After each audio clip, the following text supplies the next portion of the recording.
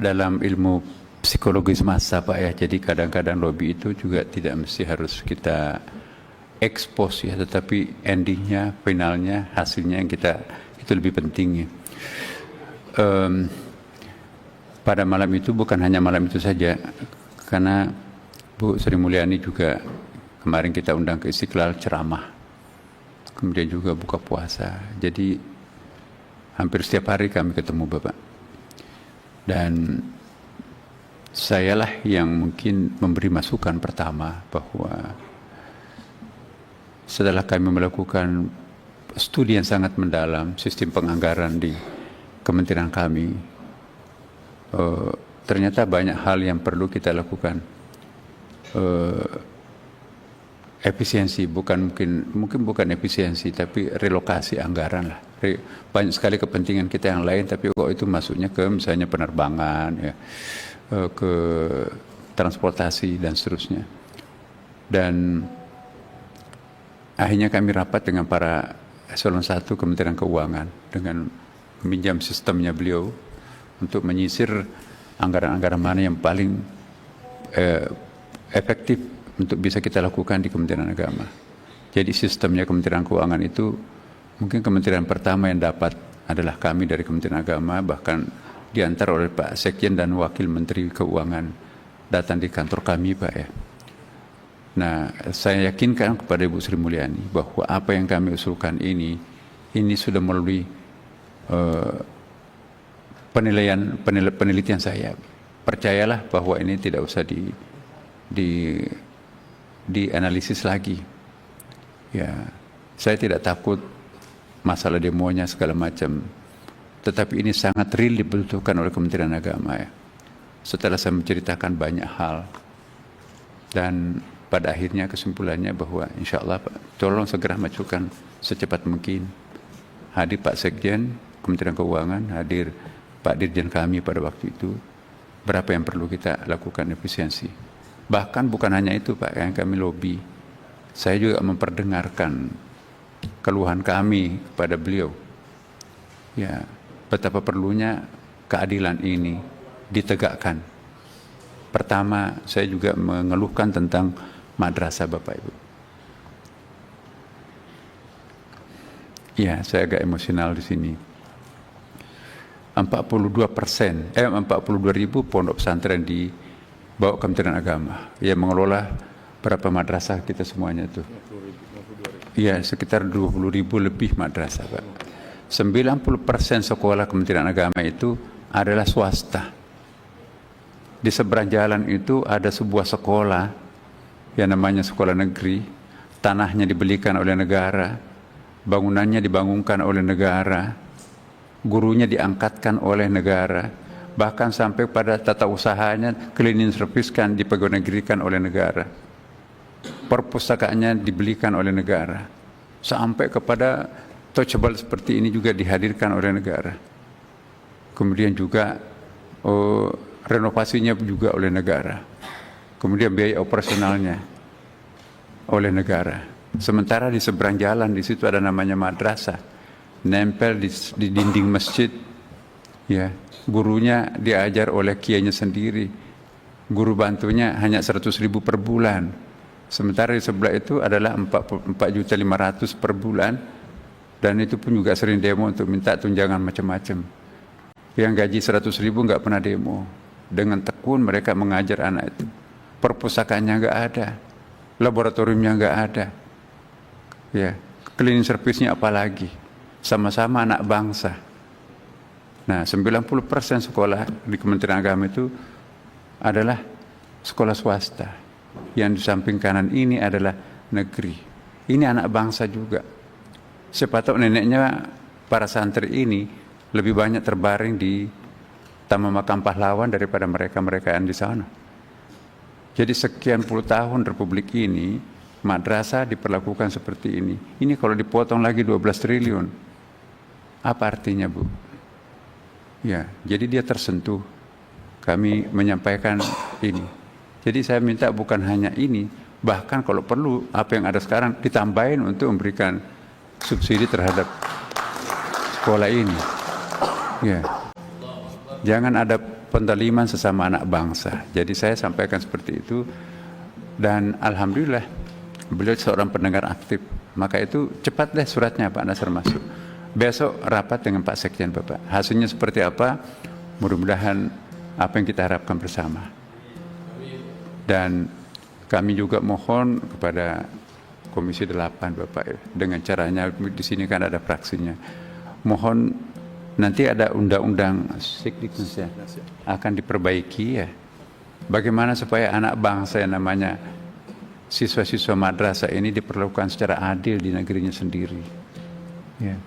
Masih banyak loh Pak guru madrasah kami digaji 100.000 per bulan. 100.000, 200.000 per bulan. Di seberang jalan situ gajinya sudah 4.500.000. Suami istri guru di situ sudah pakai mobil Bapak Ibu. Padahal di seberang jalan ini sepeda pun juga enggak ada. Padahal kontribusinya terhadap negara, dia jadi imam, dia jadi pegawai masyarakat, tokoh masyarakat, mubalik dan seterusnya. Ya. Malah justru lebih laku di masyarakat adalah alumni madrasah itu daripada di seberang. Dan insya Allah mudah-mudahan yang berkeringat untuk mengurus negara ini adalah anak-anak madrasah. Dan kita lihat misalnya, kami kaget juga, ITB Bapak tahun 2022, sarjana teladan itu adalah hafal Quran 30 juz di jurusan fisika. Di UGM juga sarjana teladan dokternya itu alumni madrasah 30 juz. Jadi ada keajaiban meskipun tadi itu seperti kandang ayam, tetapi bisa melahirkan kumlot-kumlot di perguruan tinggi terkemuka. Apalagi kalau diberikan fasilitas seperti itu, pasti berkah di situ. Nah, kami mohon kepada Bapak Ibu, jadi ini tanggung jawab kita semuanya. Bagaimana anak negeri, anak bangsa yang sama-sama berjuang untuk merdeka ini diperlakukan seperti itu, janganlah. Ya, banyak bantuan-bantuan, misalnya modernisasi sekolah Bapak Ibu. Adanya ke Ristekdikti dan Dikdasmen.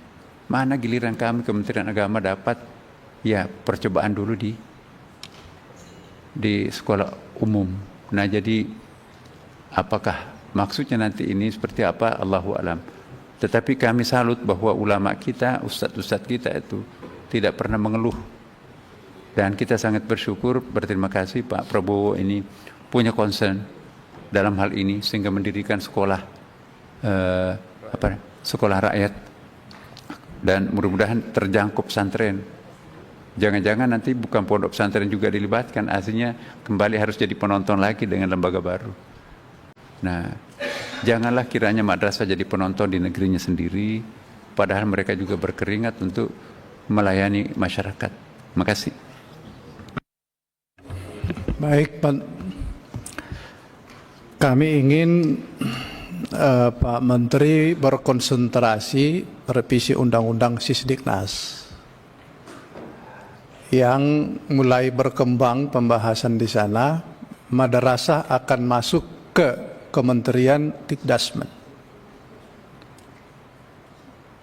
Kalau madrasah berada di sana, maka ruhnya mungkin tidak ketemu, tapi gedungnya mungkin ketemu.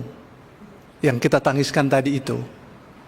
Maka bentuk madrasah yang dimaksudkan di Kementerian Agama sudah berubah ketika di sana. Yang Bapak maksudkan tadi itu moral yang kuat, hafal Al-Quran bisa menjadi lulus di ITB, mungkin saja sudah akan berubah. Maka Pak Menteri harus terus berkoordinasi dengan menteri terkait. Kami nanti di sini akan berkoordinasi. Bukan menyelesaikan gedung, bukan menyelesaikan honor, tetapi ruhnya itu tidak boleh hilang. Kalau itu hilang, wah kita semakin banyak nih terpotong dari Kementerian Agama. Haji udah hilang, tiba-tiba madrasah hilang. Terus tinggal apa nih sama kita ini? Tinggal agama. Kata almarhum Gus Dur, yang tidak ada urusan di Kementerian Agama, tinggal agama yang tidak ada, yang lain ada semua gitu. Nah, tinggal itu yang ada. Lagi kerja apa kita ini kalau begitu? Ya mohon maaf Pak, jadi kita Kementerian Agama itu semakin ramping Pak sekarang. Artinya Dirjen Dirjen Peradilan Agama sudah pindah ke Mahkamah Agung, Bapak. Sehingga yang terjadi apa ya? Sudah tidak ada pembinaan pranikahnya yang intensif. Pokoknya cerai-cerai lah gitu ya. Nah, Bukan, padahal Pak. di Kementerian Agama Bukan sebelum cerai-cerai. ada kan ayatnya kan, waktu hakam min ahliha, hadirkanlah hakam juru damai sebelum langsung ketuk palu. Nah, jadi jangan sampai nanti angka perceraian semakin kencang loh, Pak. Ya, yang kedua juga Litbang sudah masuk BRIN. Eselon 1 kita hilang. Yang ketiga, kita juga jaminan produk halal sudah mandiri. Ya, kemudian juga Basnas sudah pakai lambang Garuda kan. Ya. Nah, kemudian juga BWI sudah pakai lambang Garuda tahun itu. Nah, kemudian juga sebetulnya pendidikan, Bapak, pendidikan yang basisnya umum itu diakreditasi oleh Diktasmen. UIN itu yang fakultas umum ke Diktasmen. Iya, Pak. Nah, kemudian juga sebentar lagi PPH. Nah, jadi yang dikelola Kementerian Agama hanya kebimasan, Pak. Nah, jangan-jangan kebimnasan itu udah titip ke gubernur juga.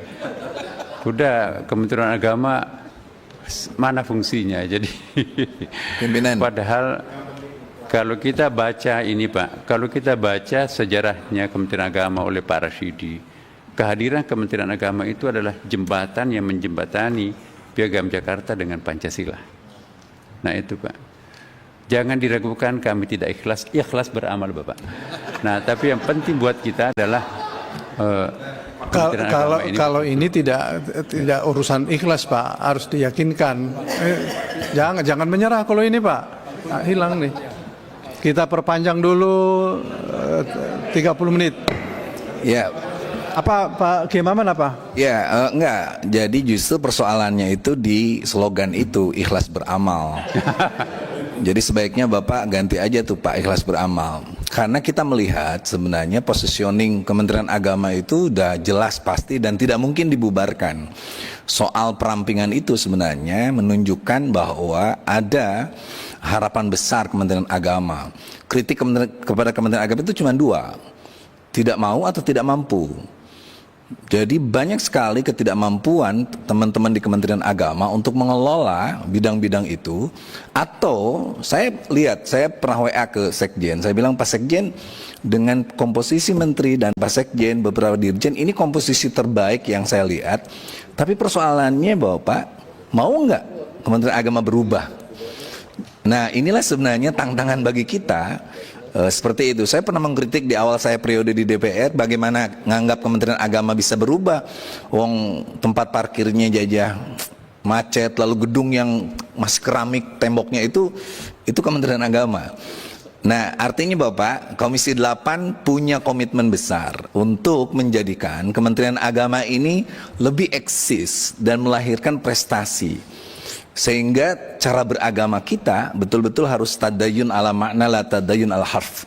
Beragama secara substansional, tidak simbolik.